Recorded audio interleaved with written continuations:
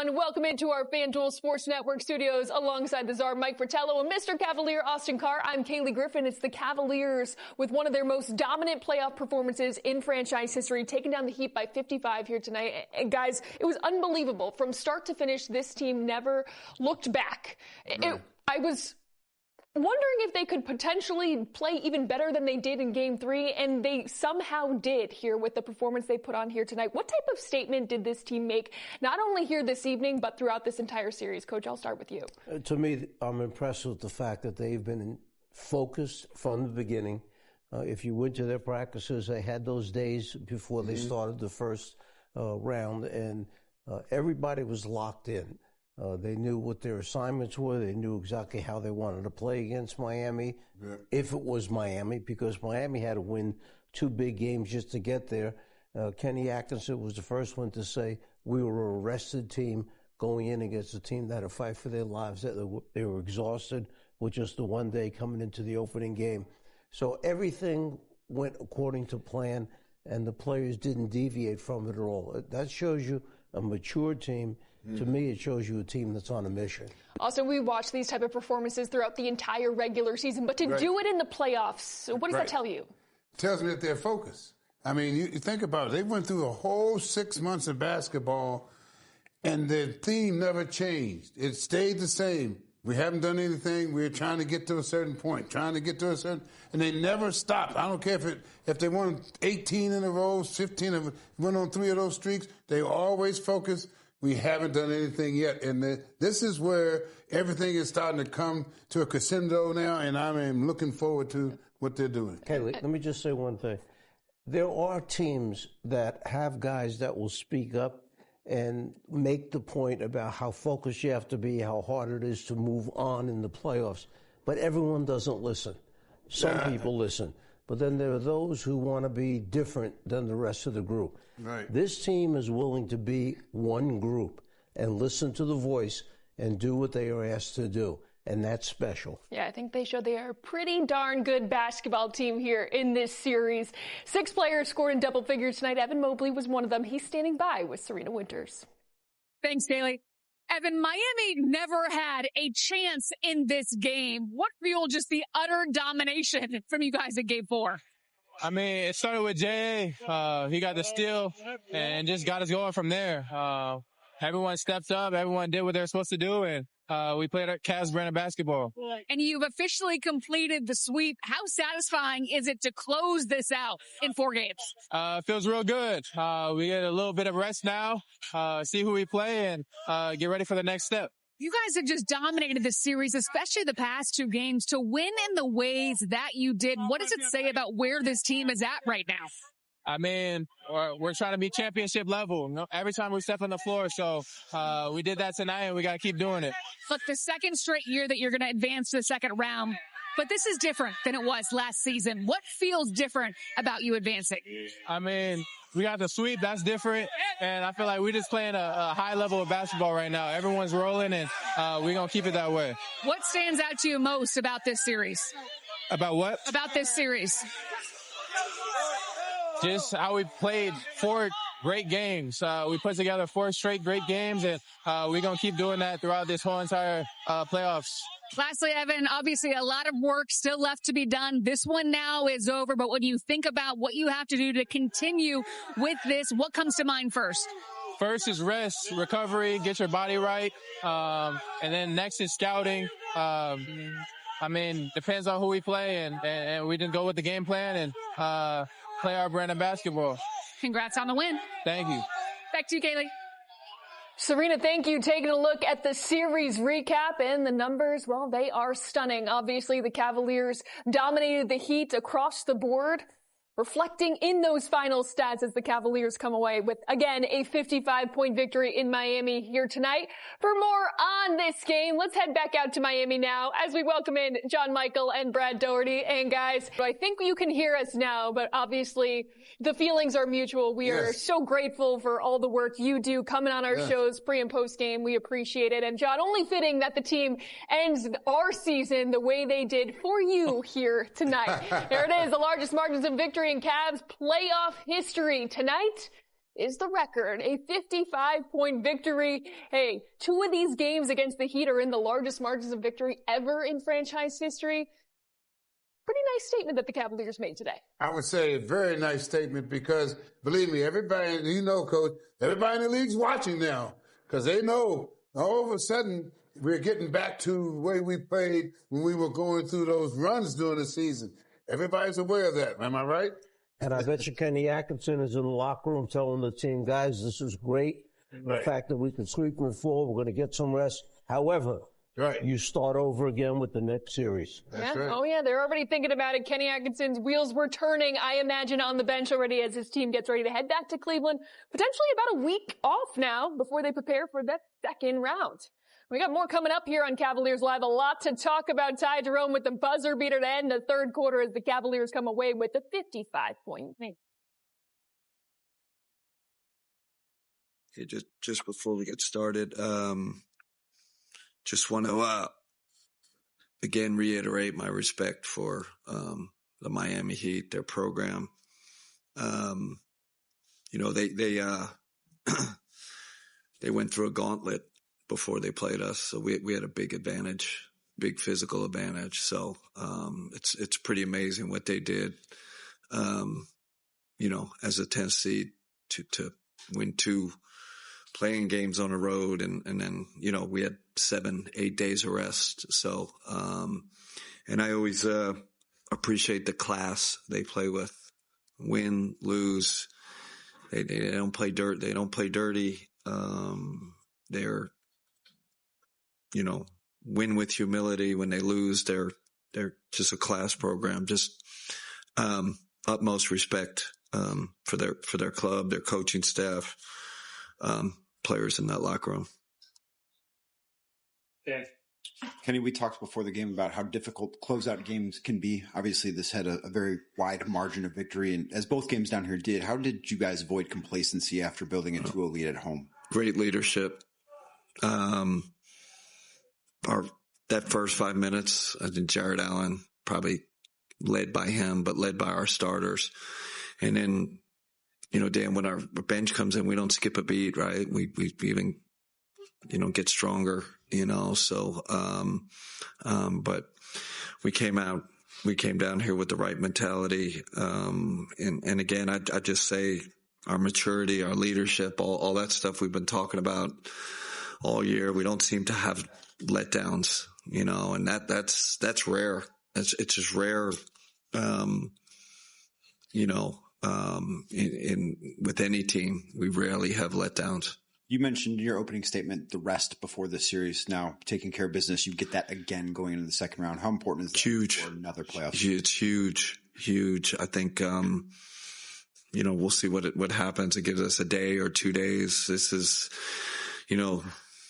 looking big picture. Hopefully, we can extend this thing but it'll, it gives us another advantage. We've done our work early all year, came out of the gate and play really well. And then, getting this first seed, it's, that's how you do it. That's, if you're going to script it, this is how you do it. You try to, get series over so you can get your rest and sleep in your own bed. And then you have some practice time too. And then heal the bumps and bruises. Speaking of Jarrett, with his success rate in this series, is there anything that just stood out to you with him the last 4 games? I mean, defensively, I thought he was phenomenal.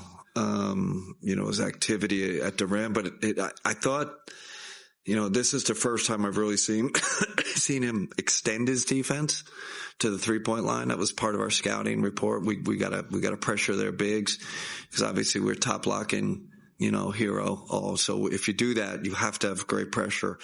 So, he's usually more back, playing lower. And I thought, that was great. And then offensively, his ability to get out of the pick and roll, we were running a lot of small pick and rolls. So he wasn't involved as much as he usually is, but him running the floor, him playing the dunker, and then, his timely rebounds, offensive rebounds. He had a great series.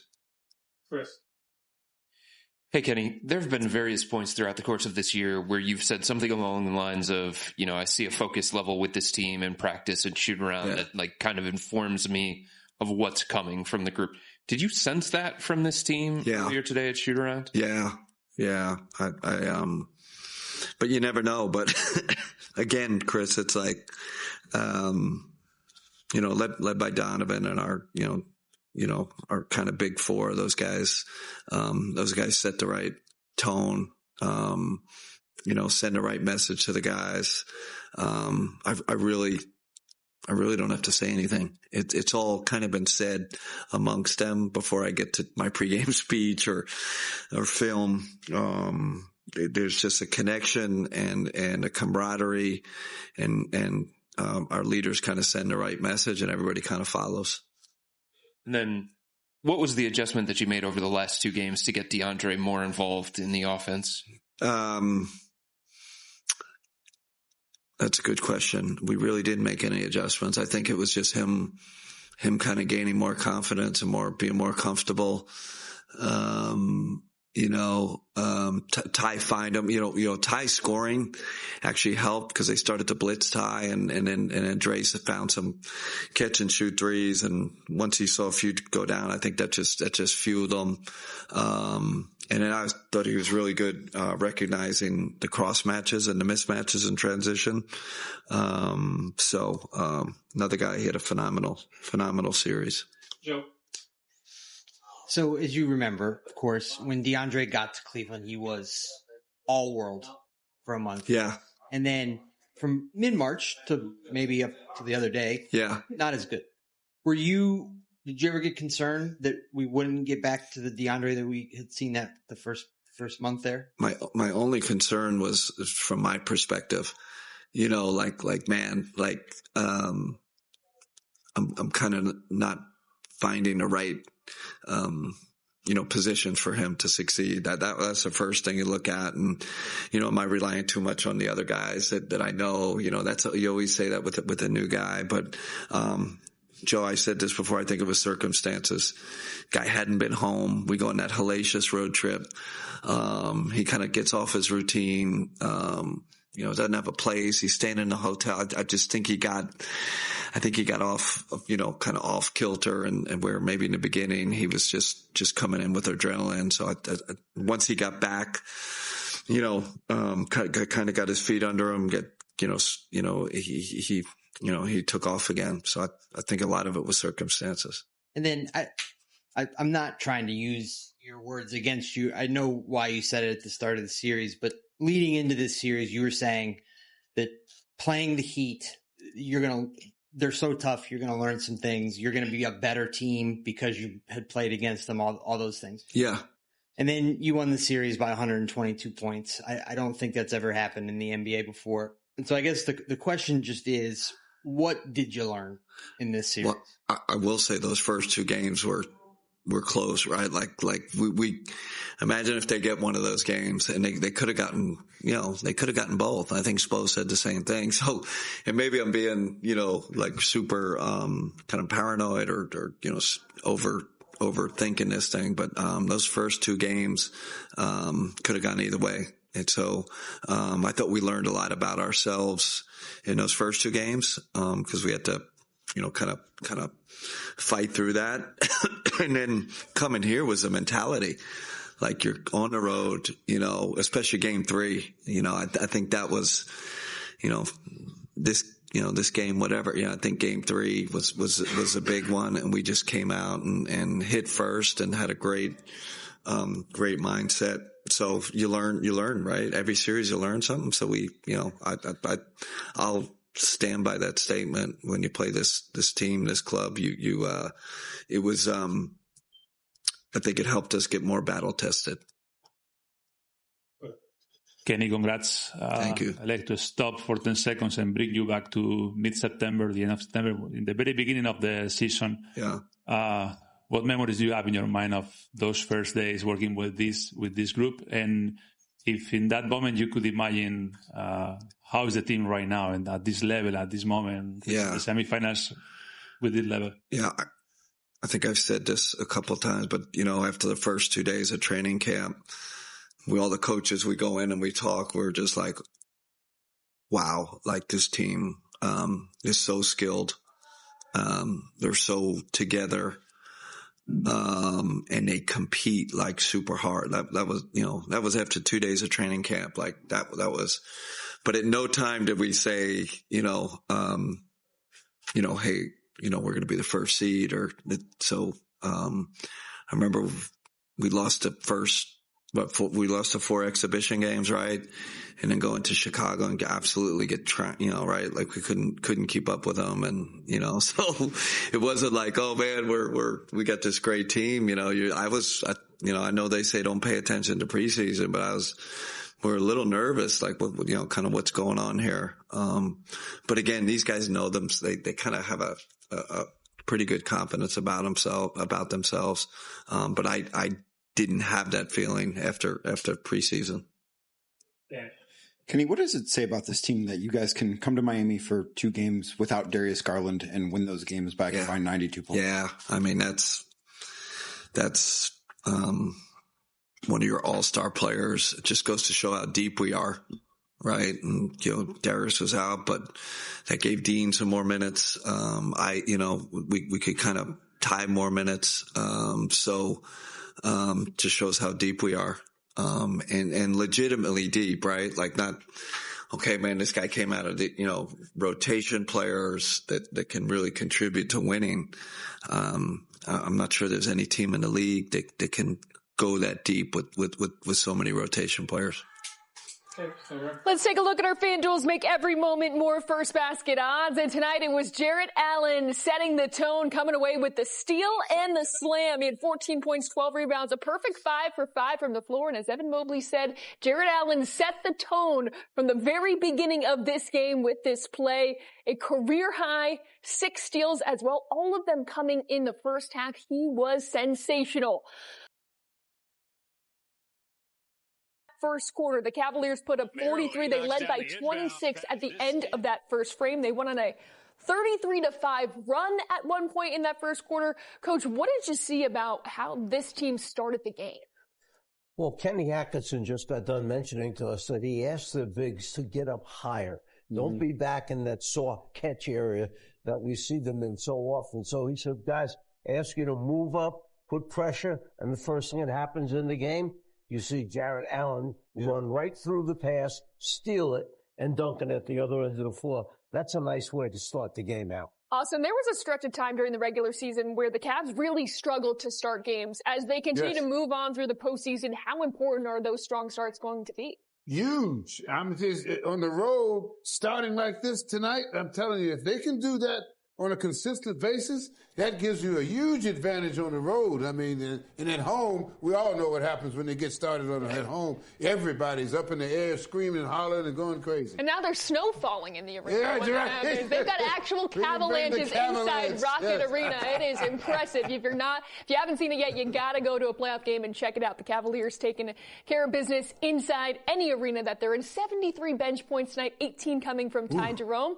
Let's head back to Miami and hear more from Ty. Ty, what is the vibe in a locker room after a sweep, but also knowing that you got a lot ahead? Yeah, I think you summed it up perfectly. It's not a bad team, and to come out like that and get these 2 on their home court so convincingly, those are 2 really good wins. Like you said, we got a lot ahead, so now it's just thinking about what's next and resting, watching Indy and Milwaukee play tomorrow, and getting our rest, getting our sleep, getting our lifts in, our treatment and all that, and kind of shift the focus to that. You said, just how convincing these last 2 wins were. And look, it's no easy feat trying to stave off, them when they're about to be eliminated. So why do you think you guys were able to do it so commandingly? I just thought we punched first. Jay, Donovan came out, super aggressive, super high energy, and they kind of set the tone for us. And then, we kind of jumped on them early. And, when a team is fighting elimination and they're, down 20, down 30 early, it's hard. It's hard. You fight that mental battle now, and we kind of just kept hitting them until, they quit. You said you kind of got to flip a switch. What is the message heading into round 2? Just to keep building, keep doing what we do all year. Obviously, there'll be a game plan depending on and who wins that series. But, when we're at our best, we're really hard to beat. So it's just about us and about, getting our rest and coming in 100% ready to go. First playoff series for Ty Jerome, and it's a sweep. How was that experience for you? That was good. It was great. Like you said, though, we got a lot ahead, so I'll wait to reflect till the summertime. The long time that you have now until the next game, you think can be a little bit dangerous because right now the team is in a good shape, it's an amazing rhythm. It can be a little bit dangerous for being so long. I don't think so. No, I don't think so. You prefer a long series in the other part on the team? Like against 7 in the Indiana Milwaukee? Sure. At the end of the day, like I said, it's really about us. If they go to 7, if Indy closes tomorrow, if Milwaukee comes back and wins, no matter what happens, it's about us. Like I said, when we're at our best, we're really hard to beat. So whether it ends tomorrow or goes to 7, we just got to come out ready to play. All right, thanks, Ty. Yep. 18 points for Ty Jerome here in Game 4, knocking down 3 triples. He dished out 5 assists, grabbed 3 rebounds as well. Austin, it was Ty Jerome's first ever playoff series. How would you sum up his first 4 games? I give him an A+. I mean, he's been off the chart. But again, this is what he's done all season. So it's not like it's new. It's just he continues to play consistent basketball. To me, that is the definition of a professional athlete. Consistency. He has been remarkable all season long. Again, a finalist for 6th Man of the Year, and deservedly so. His partner in crime, DeAndre Hunter, actually finished 4th in 6th Man of the Year voting. He has been incredible throughout this series. In particular, Coach, we saw him work his way up from scoring 0 points in the first game to 19 here tonight. Kenny Atkinson was asked about how he was able to get him more involved in the offense, but how did DeAndre Hunter take it upon himself to also find ways to get more involved? First of all, kudos to the front office for getting him here and getting him in a Cavaliers uniform with that trade that they pulled off with. This is just an outstanding player. Ty Jerome and DeAndre Hunter had success together when they were in college at Virginia, won the national championship, and this guy is 6'9". He's long. He can make shots. He defends. He's a team player. He understands the amount of work that you have to put in to be successful. And it took him a little bit of time. First game wasn't the best, but then after that, I think we saw the guy that we knew we had. This is a very, very talented individual. Let me ask you this. Could Ty Jerome and DeAndre Hunter start for a lot of teams in the NBA? Dre, what is the vibe in the locker room after a sweep? Obviously, good accomplishment, but you also know you've got so much more ahead. And we're definitely happy, obviously, to win the series, but we know we have one goal, and we've still got a pretty long way to go to that.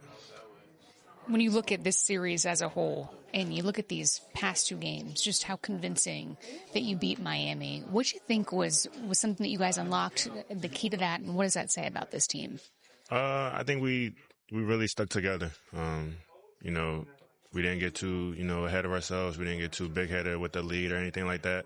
We still competed and we still stuck to the game plan, even though we were, 2 blowout games back-to-back. So I think that just says a lot about the guys that we have in this locker room. In your experiences so far, is that difficult to do? 100%. You always kind of lose focus, especially when you're up by a lot and you're not really paying attention to small details and things like that. But I think the coaches do a good job of staying on us and, making us still lock into the small things, even when up by a lot. Defensively, you guys, the past 2 games, I really locked down. Jay really set the tone there, too, to start this game. What'd you find defensively that worked so well? I think we stuck to the game plan. The coaches really wanted to get the ball out of Tyler's hands, force Bam to make tough middies all day, and, basically force the other guys to beat us, other than them 2. And I think we did a really good job of doing that, especially limiting Tyler. Kenny has said, look, DeAndre is everything that we traded for. In your couple months here and now, through this first round of the postseason, how comfortable do you feel with this team? Really comfortable. They make it easy for me. They always telling me to be more aggressive, and Kenny's always telling me to be aggressive and things like that. So when you have your teammates and your coach backing you like that, it's really easy to go out there. Basketball is a simple game. And lastly, Jay, just what's kind of the message heading into what you got ahead round 2, not knowing obviously you're going to play. Yeah, we just got to get our bodies right. Make sure we're at 100% whenever we do play again. And, once we figure out who it's going to be between Milwaukee and Indiana, that's when we'll game plan and, figure all that stuff out. Thank you. Thanks, sir. We've talked so much about the offensive side of things for the Cavaliers, putting up 138 points, but how about holding the Heat to 83 here tonight? Coach, how impressive was the defensive effort this evening? Just outstanding, because everyone was zeroed and everyone was focused on what their assignments were, how they wanted to play against Miami.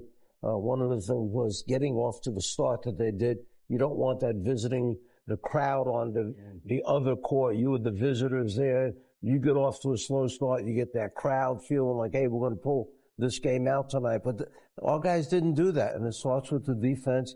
They applied the pressure. They made things happen. They forced turnovers. And their pressure made Miami, it looked like they were missing every shot, the percentages that they were shooting. That's what it looked like. You're right. Putting Donovan Mitchell and Jared Allen. Let's head back to Miami. They're sitting at the podium.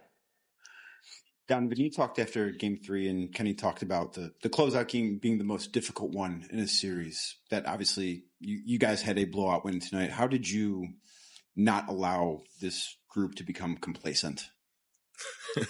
This guy right here. I mean, we all had the mindset. Max sent a text last night in the group chat, just reminding us.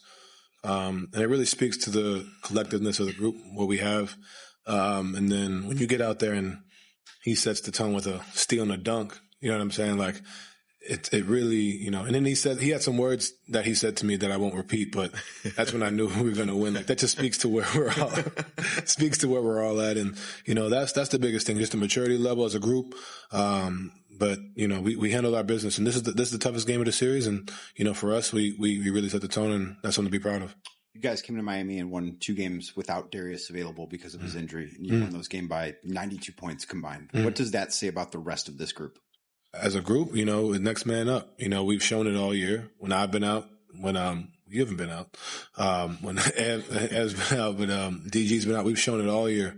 We're a resilient group. Everybody's ready.